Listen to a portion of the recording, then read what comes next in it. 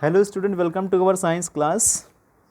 हम लोग हमारा टॉपिक चल रहा था कि today's topic is that natural fibre. Natural fibre के बारे में पढ़ रहे थे हमने कॉटन के बारे में पढ़ा था। कॉटन में क्या था, कॉटन कहाँ की, कॉटन कहाँ पे, कॉटन की कैसी खेती होती है, ब्लैक सॉइल पे होती है, सभी चीज़ें इसके बारे में हमने पढ़ चुका था। उसी तरीके से हमारा नेक्स्ट नेचुरल फाइबर है जूट है। जूट भी हमारा एक नेचुरल फाइबर है। जितने कॉटन की चीज़ें महंगी होती हैं, ये बहुत ही चीपेस्ट एंड अफोर्डेबल फाइबर होता है। मतलब इसको जो है सभी लोग अफोर्ड कर सकते हैं, ले सकते हैं, और चिप क्योंकि ये सस्ते होते हैं। ठीक है, तो इनके जैसे जैसे यूज़ के अकॉर्डिंग अगर देखते हैं, जैसे हमारा कॉटन अच्छा यूज़ में आता है, यूज़ के बाद इसका सेकेंड नंबर आता है। कॉटन के जैसे यूज़ होता है वैसे जूट का यूज़ सेकंड पोजीशन पे होता है। इसको हम गोल्डन फाइबर बोलते हैं। गोल्डन फाइबर क्यों बोलते हैं? क्योंकि ये चमकता रहता है, इसकी ये हमेशा शाइनिंग करता रहता है। क्यों शाइनिंग करता है? और इसीलिए इसको हम गोल्डन फाइबर बोलते हैं। इसके जो जूट होते हैं, जूट लॉन्ग होते हैं, सॉफ्ट होते हैं, स्मूथ और शाइनी कलर के होते हैं, इसलिए इनको हम गोल्डन फाइबर बोलते हैं। ओके, अब ये क्या करते हैं, इनकी क्वालिटी क्या है? ये भी जो है वाटर को एब्जॉर्ब करता है और इसको रिटेन करता है। सबसे पहले इसको देखते हैं ये होता कहाँ है। ये उस जगह पे होती हैं, ये हमेशा रेनी सीज़न पे होता है। ये ग्रो होता है रेनी सीज़न पे होता है, और वहाँ पर होता है जहाँ पर पानी का भराव, पानी भरा रहता है, वहाँ पर जूट होता है। इसके लिए एलुवियल सॉइल की ज़रूरत होती है। एलुवियल सॉइल इसके लिए ज़रूरी होती है। जूट के लिए एलुवियल सॉइल ज़रूरी है। और अब देखते हो, एलुवियल सॉइल हुए, हमने कॉटन की कल्टीवेशन कर दी। कल्टीवेशन के बाद जब इसकी खेती जो है, जब इसकी क्रॉप्स अच्छे से बड़ी हो जाती है, इसका हार्वेस्टिंग करते हैं। हार्वेस्ट करते हैं मतलब कटाई करते हैं। हार्वेस्ट करने पर क्या होगा, अब जब ये कॉटन के हम जब जूट का प्लांट लाएंगे तो उसमें क्या होगा, बीच में स्टेम होती हैं, और स्टेम के चारों तरफ, स्टेम के चारों तरफ इनके टिश्यूज़ होते हैं, छोटी छोटी टिश्यूज़ होते हैं। हेयर लाइक स्ट्रक्चर मान सकते हैं आप, हेयर लाइक स्ट्रक्चर होते हैं, वो होते हैं। उस पर क्या होता है, तो कैसे उसे निकालते हैं, इसे जूट कैसे निकालते हैं? इसको जो है सबसे पहले हम लोग इसको एक रनिंग वाटर में डुबो देते हैं, पानी में इसको डुबो देते हैं। पानी में डुबोने के बाद क्या करते हैं, डुबो देते हैं, जिससे ये कुछ समय के लिए 2-3 दिन के छोड़ देते हैं। इससे पानी में ये फूल जाता है, अच्छे से रोटेन हो जाता है, फूल जाता है, रूट होता है।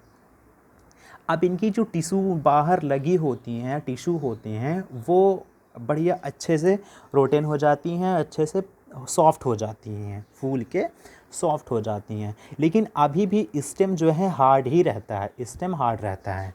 अब क्या करेंगे, अब हम क्या करेंगे, जो स्टेम होती है, स्टेम को हम टिश्यू से अलग करते हैं। स्टेम को हम टिश्यू से अलग करते हैं, और टिश्यू वाला फॉर्म जो है, अभी भी हमारे इस टिश्यू के फॉर्म में जो है, इस प्रोसेस को जो हम अलग करने का प्रोसेस होता है, मतलब रिमूविंग ऑफ या सेपरेटिंग स्टेम, इस प्रोसेस को हम रेटिंग का प्रोसेस बोलते हैं। मतलब कि जूट प्लांट से स्टेम को और उसके फाइबर को अलग करना, ये हमारा रेटिंग प्रोसेस होता है। रेटिंग प्रोसेस हो गया। रेटिंग में हमने सेपरेट किया, फाइबर को अलग किया, और फिर क्या करते हैं, अब ये जो हमारा फाइबर अलग हो जाता है, इस फाइबर अलग को हम फिर से पानी में डाल देते हैं, जिससे ये अच्छे से और धुल जाता है, इसकी गंदी ख़त्म हो जाती है।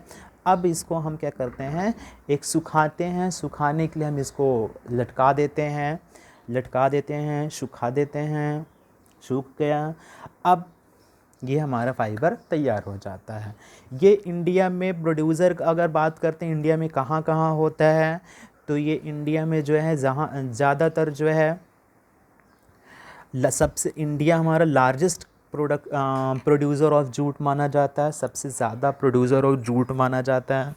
ये हमारे वेस्ट बंगाल और असम, उड़ीसा, बिहार एंड आंध्र प्रदेश में कल्टीवेट किया जाता है। जूट यूज़ क्या होते हैं, ये हमारे पैकिंग मटेरियल में यूज़ किया जाता है। पैकिंग मटेरियल जो हमारे बोरा वगैरह देखे होंगे पैकिंग मटेरियल में आते हैं वो यूज़ होता है।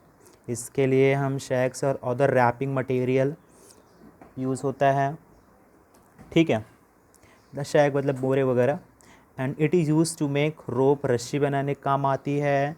और हैंड बैग्स वगैरह जो होते हैं हैंड बैग्स भी इससे बनाए जाते हैं, हैंड बैग्स बनाए जाते हैं। When to make handbags होते हैं। ये तो इसका काम हो गया। अब हम बात करते हैं सिल्क की।